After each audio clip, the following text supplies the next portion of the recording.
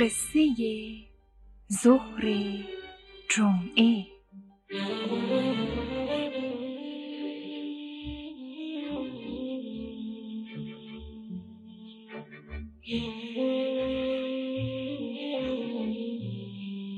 قصه گو محمدرضا سرشار.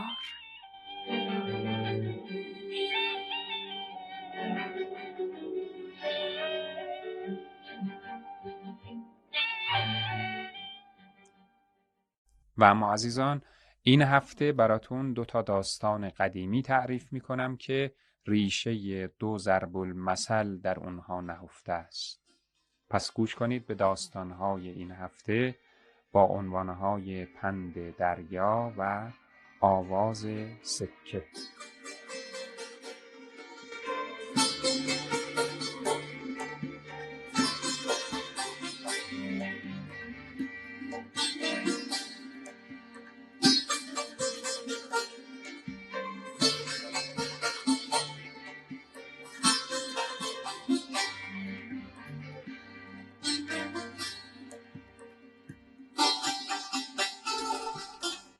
یکی بود یکی نبود، غیر از خدا هیچ کس نبود.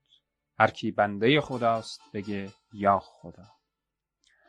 و اما راویان اخبار و ناقلان آثار و طوطیان شکر شکن شیرین گفتار و خوش چینان خرمن سخندانی و صرافان سر بازار معانی اینطور حکایت و روایت کردند که در روزگاران گذشته و در گوشه ای از این سرزمین پهناور خدا مردی زندگی میکرد که کار و کاسبیش فروختن نفت بود.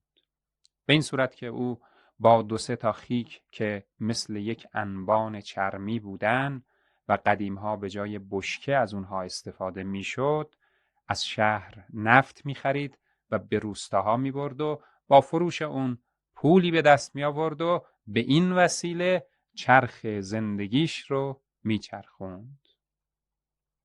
مرد زندگی بدی نداشت، اما اون کسی نبود که به یک زندگی معمولی قانع باشه. بنابراین پیوسته دنبال راه و چاره ای بود تا پول و پله زیادی به دست بیاره و مال و منال بی حد و حسابی عایدش بشه. بله، و با این نیت بود که مرد نشست و فکر کرد و راه چاره ای به نظرش رسید. و خوب شما عزیزان بدونید که اون راه چاره هم بجز دوز و کلک و کلاه گذاشتن سر فروشنده و خریداران نفت چیز دیگه ای نبود. نقشش هم به این ترتیب بود که در وقت خریدن نفت با انگشت در خیک رو خوب باز میکرد که تا جایی که امکان داشت نفت در اون پر بشه، در حالی که در وقت فروختن کارش به عکس بود. به این صورت که با انگشتاش در خیک رو فشار میداد تا تنگ بشه و در مدت زمان معینی که خودش برای هر نفر مشخص کرده بود نفت کمتری به دست خریدارها برسه. بله، و در نتیجه این کار بود که بعد از مدتی مرد نفت فروش به خواسته خودش رسید و در اثر کلک زدن به مردم بیچاره مال و منالی به دست آورد و وضعش رو به راه شد. این بود که دیگه خودش سراغ نفت فروشی نرفت، بلکه غلامی خرید و خیک‌های نفتش رو که حالا از 3-4 تا به 100 تا و بیشترم رسیده بود به او سپرد. بله، مرد پولدار تو خونش می نشست و غلامش نفت رو از مرکز توزیعش می خرید و داخل خیک‌های چرمی می ریخت و می برد و به مردم می فروخت و دست آخرم پولش رو تمام و کمال می آورد و به دست اربابش می داد.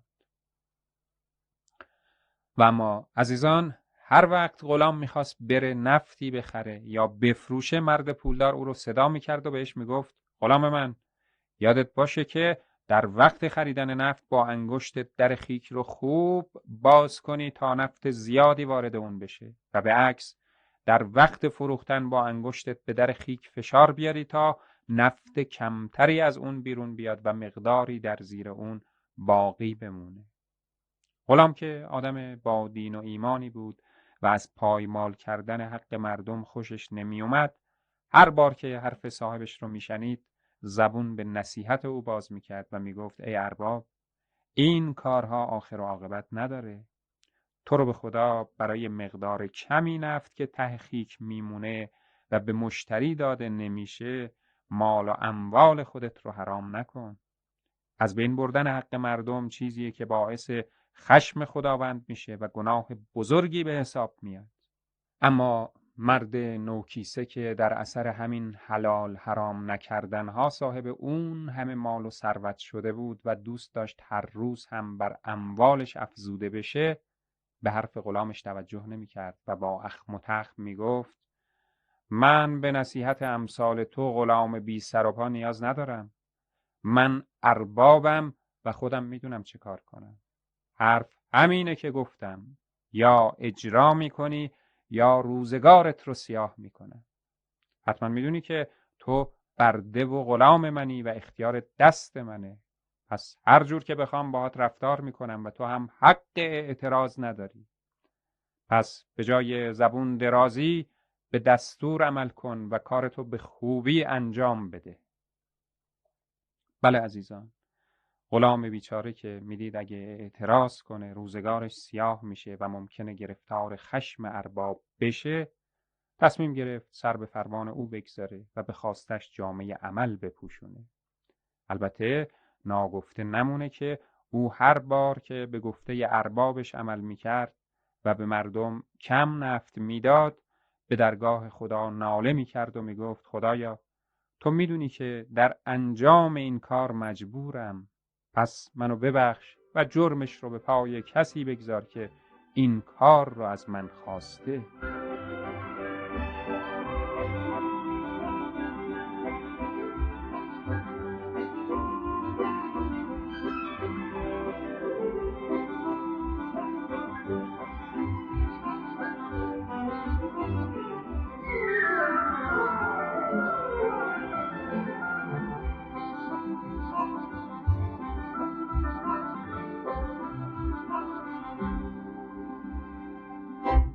روزی از روزها مرد نفت فروش که حالا برای خودش بازرگانی شده بود، تو خونه درندشت و با شکوهش نشسته بود که یکی از دوستان مثل خودش به دیدارش اومد. مرد که تو کار خرید و فروش کالا و وسایل گوناگون بود، با بازرگان نفت فروش شروع به صحبت و گپ و گفتگو کرد. از هر دری سخن به میون اومد تا اینکه مهمون اسم شهری رو به میون آورد و گفت که در اونجا نفت حسابی گرون شده. بازرگان نفت فروش با شنیدن این خبر گل از گلش شکفت و از جا پرید و بر پیشونی دوستش بوسه زد و گفت به به، عجب خبر خوبی. باور کن اگه خبر زنده شدن پدر مرحومم رو بهم میدادی اینقدر شاد نمیشدم. خب حالا وقتشه که مقدار زیادی نفت بردارم و به شهری که ازش نام بردی ببرم و با فروش اون پول زیادی به دست بیارم و بعد دوباره به شهر خودم برگردم. او یک دفعه انگار چیزی به یادش اومده بود، به دوستش چشم دوخت و پرسید راستی اون شهری که ازش نام بردی در کجاست؟ بازرگان مهمون دریایی رو که در یک فرسخی محل زندگی میزبان قرار داشت نشون داد و گفت برای رسیدن به اون شهر باید از این دریای بزرگ بگذری. القصه دوستان، فردای اون روز بازرگان دست به کار شد و تا میتونست نفت خرید و توی خیک ها ریخت و به همراه غلامش به ساحل برد و بار یک کشتی کرد و بعدم به طرف شهر مورد نظرش به راه افتاد. با به راه افتادن کشتی شور و شوق بازرگان نفت فروش 100 چندان شد. او که شوق رسیدن به پول وجودش رو لبریز کرده بود و دلش میخواست راه 2 روزه رو 1 ساعته طی کنه آروم و قرار از کف داده بود و به جای استراحت مرتب این طرف و اون طرف میرفت و طول و عرض کشتی رو از زیر پا میگذروند و با خودش حرف میزد. البته گمون نکنید که او دیوونه شده بود. نخیر، او داشت به سرمایه هنگفتی که صرف خرید نفت کرده بود و سود زیادی که از راه فروش نفت در شهر مورد نظر به دست می آورد فکر می کرد. و اما عزیزان، در همین زمان که ارباب در راه رسیدن به پول لحظه ها رو میشمرد و آرامش خودش رو از دست داده بود، غلام او در گوشه ای از کشتی ایستاده بود و با خیال آسوده به دریای نیلگون و زیبایی های وصف ناپذیر اون چشم دوخته بود و با تمام وجود لذت می‌برد. گهگاه هم که ارباب قدم زنان و غرق در تفکر از کنارش رد میشد، نیم نگاهی بهش مینداخت و سری تکون میداد و پوزخندی میزد و زیر لب میگفت خدا آخر و عاقبتمون رو ختم به خیر کنه مرد. واقعا چنان به این دنیا دل بستی که گمون میکنی 1000 سال میخوای زندگی کنی. چه درد سرتون بدم دوستان، روزی گذشت و روز دیگه ای از راه رسید.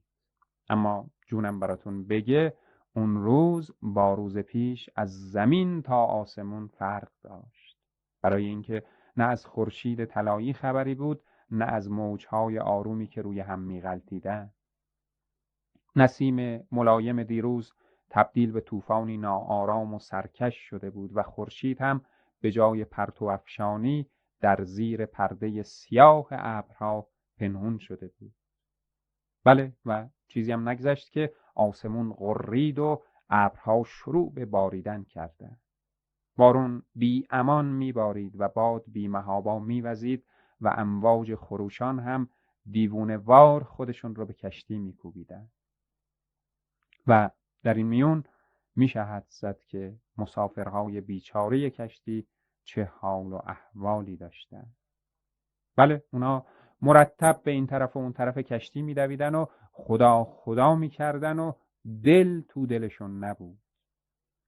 و صد البته در اون اوضاع و احوال دیگه پر واضحه که بازرگان داستان ما چه حالی داشت. او مثل گرگ تیر خورده مرتب چشمهاش رو به این طرف و اون طرف میچرخوند و ناله و زاری میکرد و نگاهش به سمت و سوی ملوانها بود تا بفهمه اونا چی میگن و چه دستوری صادر میکنن.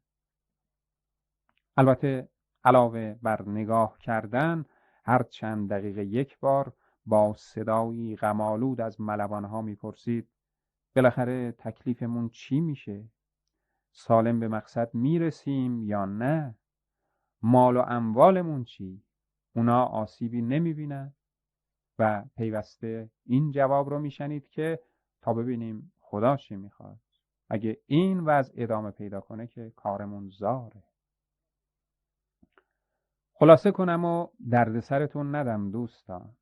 بارون ولکن نبود و یک سر میبارید و همین بارش سبب شده بود تا هر لحظه که میگذشت آب بیشتری در کشتی جمع بشه و در نتیجه وزن کشتی زیاد بشه و هی بیشتر زیر آب فرو بره. البته از اون طرف ملوانها در تلاش بودند تا آبها رو بیرون بریزن و کشتی رو از غرق شدن نجات بدن. ولی تقلا و تلاش اونها در برابر بارونی که یک لحظه قطع نمیشد و آبی که مثل رودخونه تو کشتی روون شده بود به جایی نمیرسید. بله، و چون این بود که سرانجام ناخدا برای نجات کشتی و مسافرها تصمیم گرفت دست به کاری بزنه. بنابراین از بازرگان داستان ما که به اندازه همه مسافرهای کشتی بارداشت خواست تا خیکهای نفتش رو به دریا بریزه. بازرگان که خیکهای نفت رو از جونش هم بیشتر دوست می داشت، با شنیدن این حرف نزدیک بود قالب تهی کنه. اما بالاخره به خودش اومد و گفت ولی بیشتر سرمایه من در اون خیکهای نفت جمع شده. آخه ناخدا حرف بازرگان رو قطع کرد و گفت به هر حال چاره‌ای نیست، چون اگه تا چند دقیقه دیگه کشتی سبک نشه غرق شدن و مرگ همه ما و از جمله خودتو حتمیه. حالا دیگه زود برو و اون چرا که گفتم انجام بده. دوستان، حالا دیگه بازرگان در اون لحظه چه حالی داشت و در وجودش چی میگذشت خدا عالمه.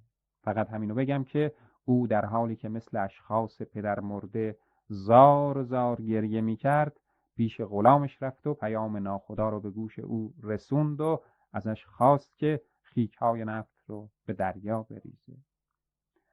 غلام که گویی انتظار چنین روز و لحظه ای رو داشت زود به حرف اربابش جامه عمل پوشوند و همه خیک‌های نفت رو به امواج خروشان دریا سپرد. این در حالی بود که بازرگان با حسرت به خیک‌های شناور در آب نگاه می‌کرد و بر سرش می‌کوبید و زیر لب می‌نالید: بدبخت شدم، بیچاره شدم، سرمایه‌ام از کفم رفت، اومدم پولدارتر بشم ولی همونی رو هم که داشتم از دست دادم. باری دقایقی پس از ریخته شدن خیک‌ها یواش یواش زوزه های طوفان فروکش کرد. بعدشم دل آسمون باز شد و بارون آروم گرفت و موجها هم از غریدن دست برداشتن و کشتی راحت به راهش ادامه داد. بازرگان وقتی این حکایت رو دید با حرص و ناراحتی به غلامش گفت: میبینی غلام، حالا که خیک‌های نازنین نفت من به دریا ریخته شد و سرمایه‌ام از بین رفت، همه چیز رو به راه شد و دریا آروم گرفت.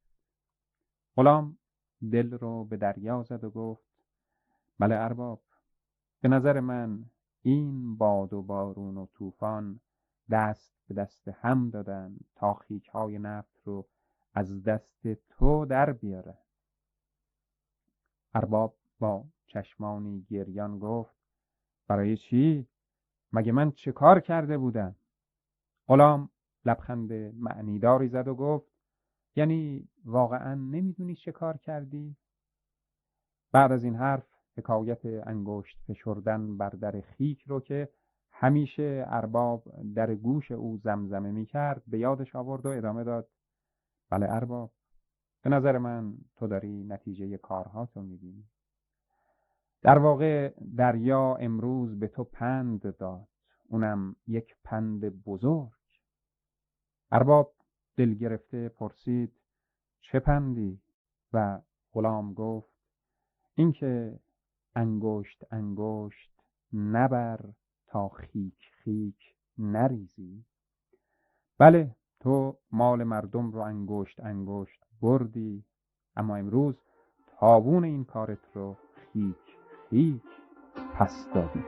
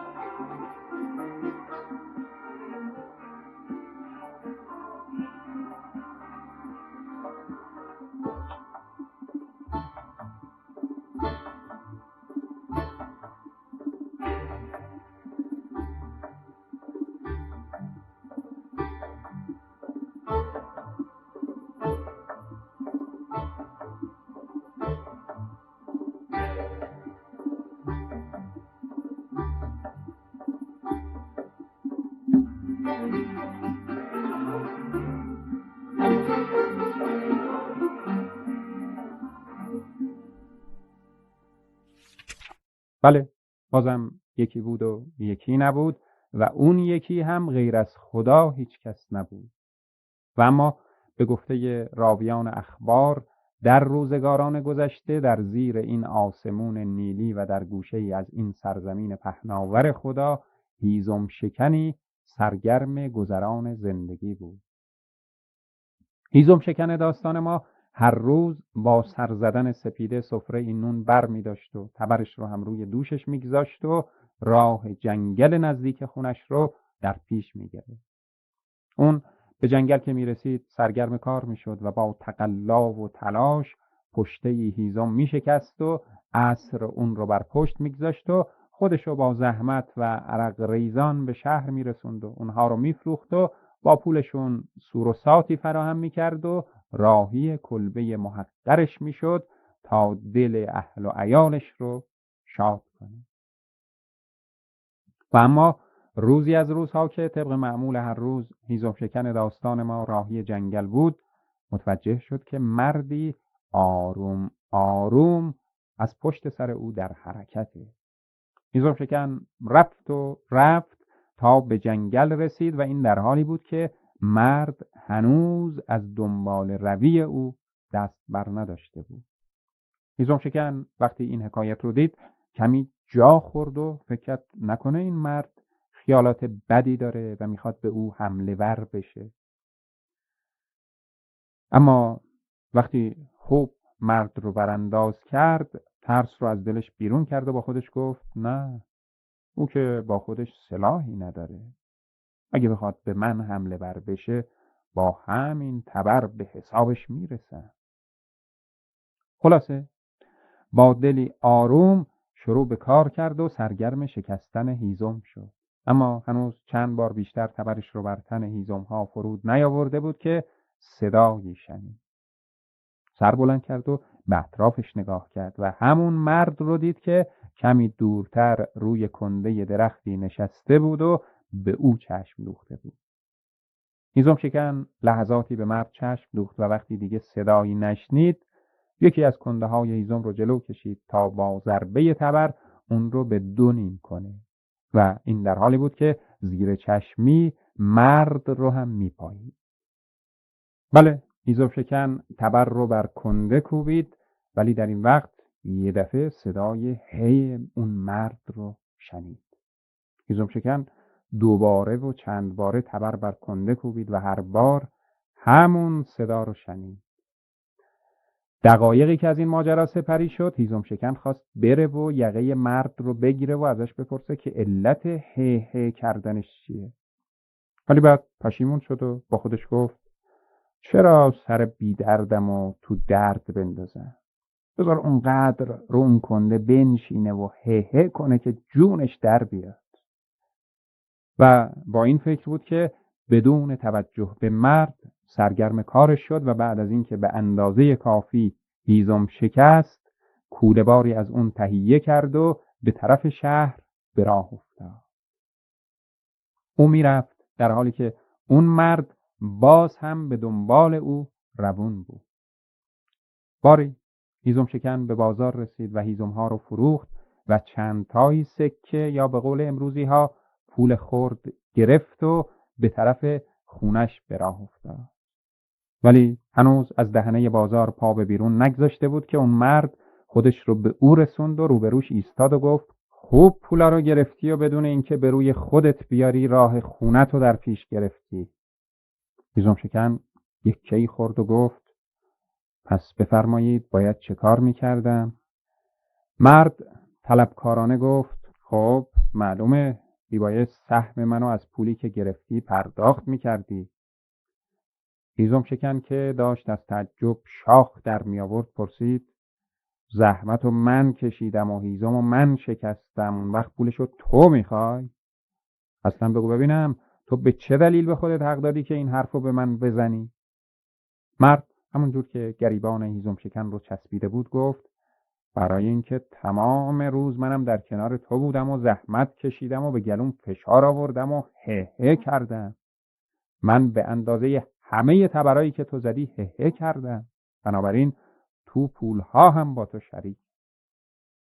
هیزم شکن لبخندی زد و گفت مرد شوخی رو کنار بذار، این حرفا چیه که میزنی؟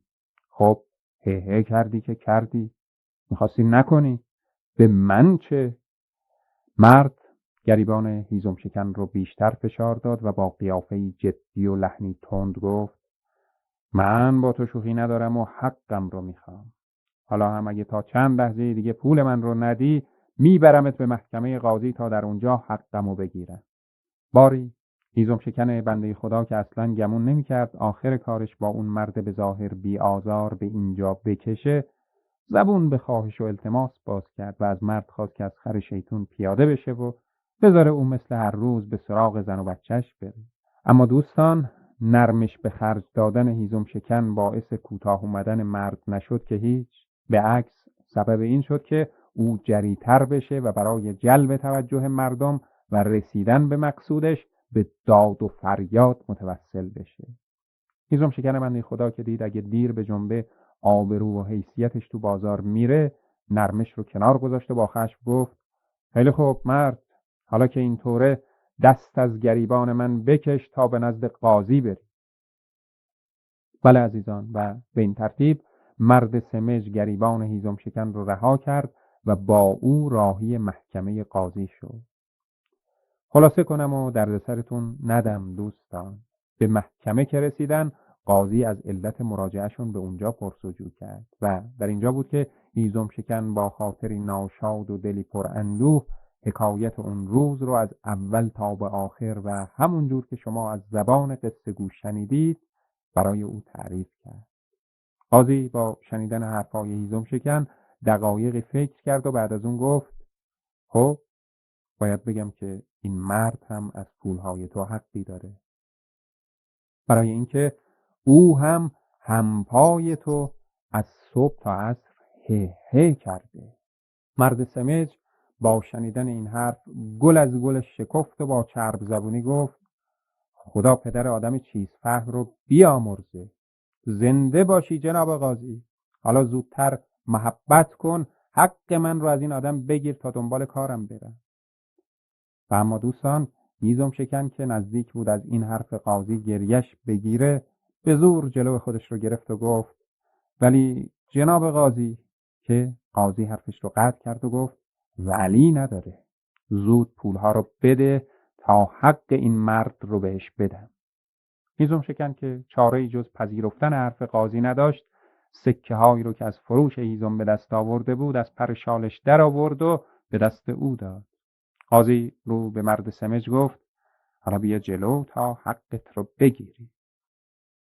مرد زود جلو رفت و به دست قاضی چشم دوخت. قاضی سکه ها رو در یک مشتش گرفت و مشت دیگش رو باز کرد و در زیر اون یکی نگه داشت و سکه ها رو یکی یکی در اون ریخت. او هر بار که سکه‌ای روی سکه دیگه می افتاد و صدای جرینگش بلند می شد، به مرد سمج می گفت بگیر، تا اینکه بالاخره 20 بار صدای جرینگ جرینگ بلند شد و سکه ها از یک مشت قاضی وارد مشت دیگه شد و قاضی هم هر بار حرفش رو تکرار کرد. بعدم سکه ها رو تحویل هیزم شکن داد و گفت خب داوری تموم شد و هر دوی شما به حقتون رسیدید، پس بهتره به دنبال کارتون برید. مرد سمج که از این کار قاضی گیج شده بود گفت ولی جناب قاضی، من که به چیزی نرسیدم و حقمو نگرفتم. قاضی لبخندی زد و گفت چطور به حقت نرسیدی ای مرد؟ پس اون 20 صدای جیرینگ چی بود که تحویلت دادن؟